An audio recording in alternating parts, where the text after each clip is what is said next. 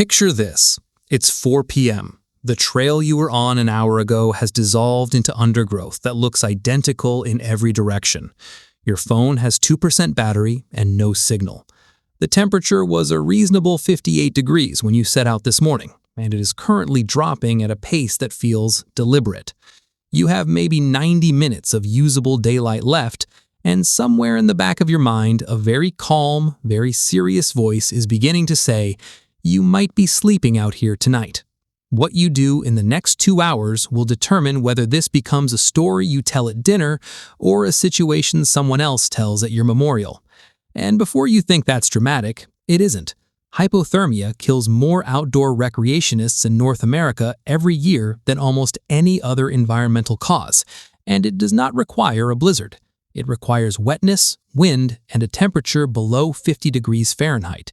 3 things that describe an ordinary autumn afternoon in almost any forested region on Earth. This is not a script about gear. You either have it or you don't, and if you're watching this, there's a reasonable chance the scenario you're imagining doesn't include everything you wish you'd packed. This is about what the forest itself will give you, the raw material, the physics, the techniques, and 3 specific shelter designs that field experience and survival science consistently agree on. One for when time is almost gone, one for when fire is accessible and you need something livable, one for when you're looking at multiple nights and the weather has turned genuinely hostile. Before we build anything, you need to understand what you're actually fighting. Your body maintains a core temperature of around 98.6 degrees Fahrenheit through constant metabolic effort. The moment that drops below 95, you've entered clinical hypothermia. Below 91, your muscles begin to fail. Below 86, your brain, the very organ making decisions to keep you alive, starts checking out. And here is the part that should genuinely unsettle you. Hypothermia impairs judgment before it impairs movement. People have been found frozen in forests, 10 feet from shelter they could have built in 30 minutes, not because they couldn't walk there, but because their thinking had degraded enough that the decision to start never fully formed. You must begin building while you're still sharp, not when you're shivering, not when the light is fading, while you still feel mostly fine. That is exactly when you need to move. Now, how small is too small? What does 2 feet of debris actually look like? When does a lean-to stop working? Let's go through this correctly, because most people who've built these shelters in a real emergency made at least one critical mistake in each design. Let's make sure you're not one of them. The first shelter is the one that has quietly saved more accidental overnight lives than any other improvised structure in the history of wilderness survival. It looks terrible. It looks like a groundhog had an architectural crisis. It looks like you fell asleep raking leaves and something buried you. It is called the debris hut, and it is one of the most thermally effective shelters a human being can build from natural materials alone. No tools, no cordage, no fire. A few years back, a hiker in the Appalachian foothills got turned around in late October with no camp gear, no fire kit, and temperatures forecast to hit the low 30s overnight. He'd read a survival manual once, years prior, and the one thing that had stuck, the single piece of information his memory held onto, was this: debris hut. Keep it small, pile it deep. He spent an hour and 40 minutes building. He slept warm. Rangers found him the next morning walking back to the trailhead, slightly embarrassed and completely alive. That is not luck. That is physics working exactly as advertised. The principle behind it is the same one that makes a down jacket worth $200, the same one that makes a bird puff up its feathers in the cold, the same one your sleeping bag exploits every night you're camping. Dead airspace. Still, trapped air is one of the most effective insulators in nature. The more of it you can surround your body with, the slower heat moves away from you. The debris on a forest floor, dry leaves, pine needles, bark fragments, ferns, dead grass, is loaded with it. You are not building a shelter out of garbage. You are assembling a high-performance insulation system from materials the forest has been manufacturing for you all season. The frame is a single ridgepole, long enough that when one end rests in a tree fork or on a stump at knee height, you can lie inside with roughly a foot of headroom above your chest. Lean branches against both sides like ribs, and then start piling, 2 feet thick, on all sides. Most first-timers pile 6 inches, crawl in, shiver through the night, and conclude that debris huts don't work. They do work. The U.S. Army Survival Manual FM 21-76 and Tom Brown Jr.'s field guides both specify 2 feet of debris as the functional minimum for cold weather thermal protection. That is not a guideline. That is an engineering requirement. But here's where most people still get it wrong even after they know about the 2 feet. They forget the floor. The ground beneath you is a heat sink. It pulls warmth out of your body continuously through direct conduction. And it does not care how perfect your walls are if you're lying on bare earth.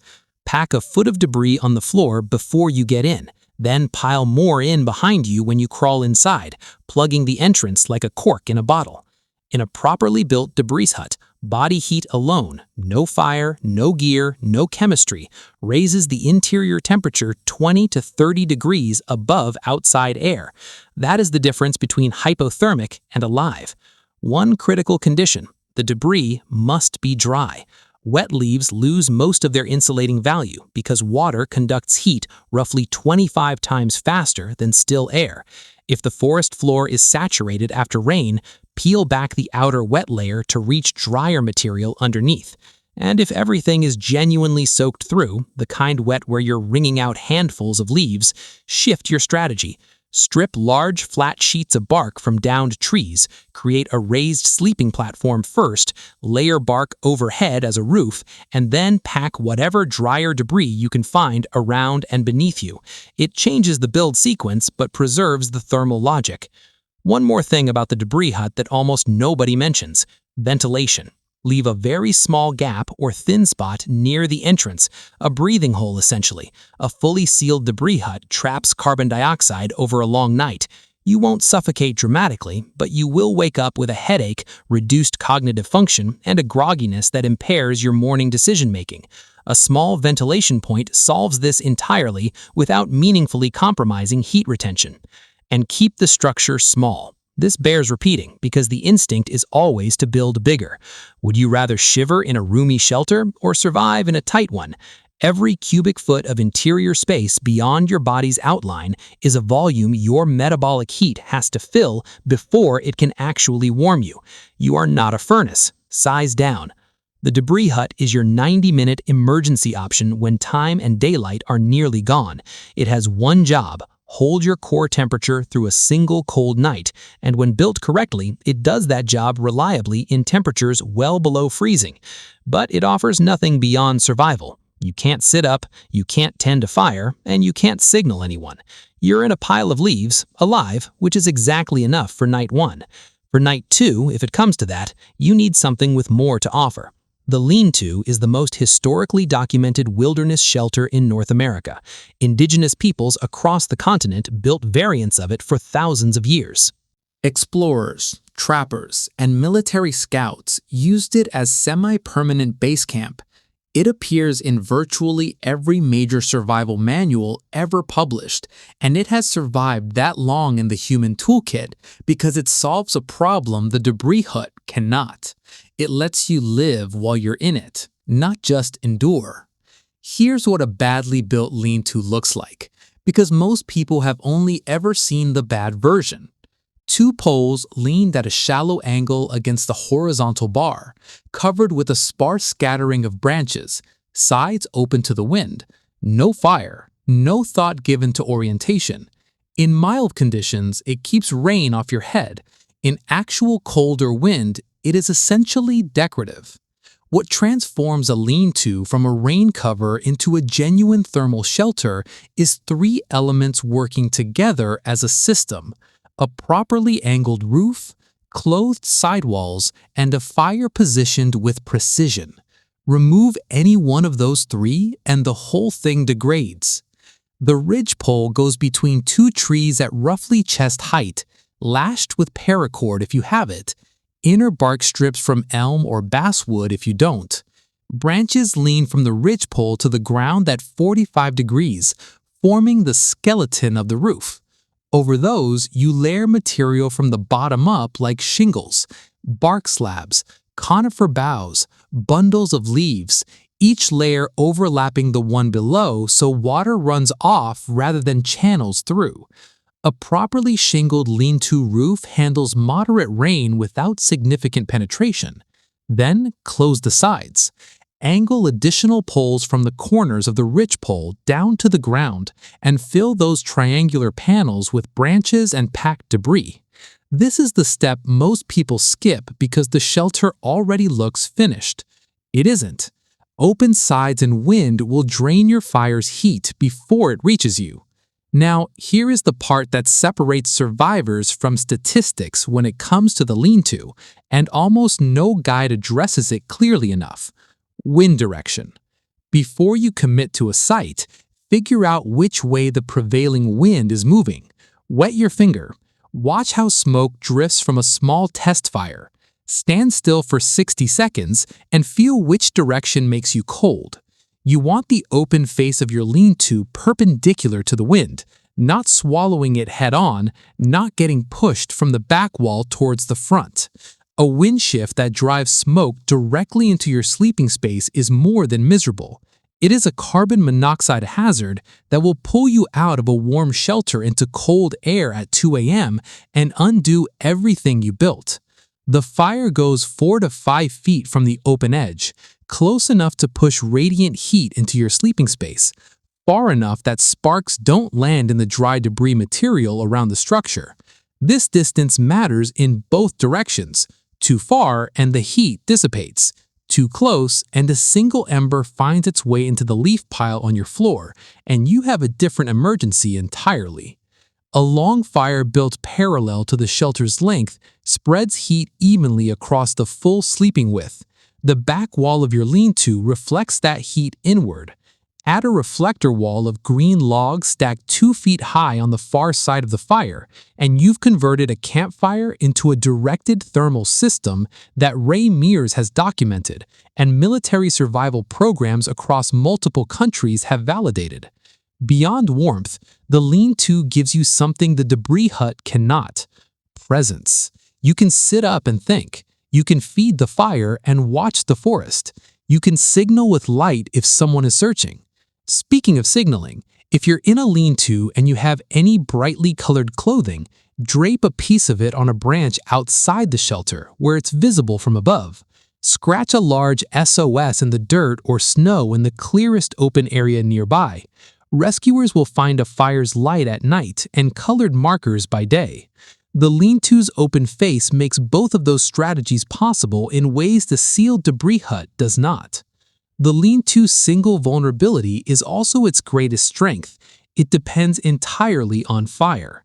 If conditions prevent ignition, sustained rain, no dry tinder, no redundancy in your fire-starting kit, the open face becomes a liability. Always carry fire-starting options beyond a single lighter, a ferro rod, waterproof matches in a sealed container, and the lighter is not overkill. It is the minimum reasonable preparation for a shelter whose entire thermal logic depends on controlled combustion. So what if you need something better than both? What if the weather isn't a one-night inconvenience, but a multi-day reality, and you're looking at rain, wind, and dropping temperatures for the foreseeable future?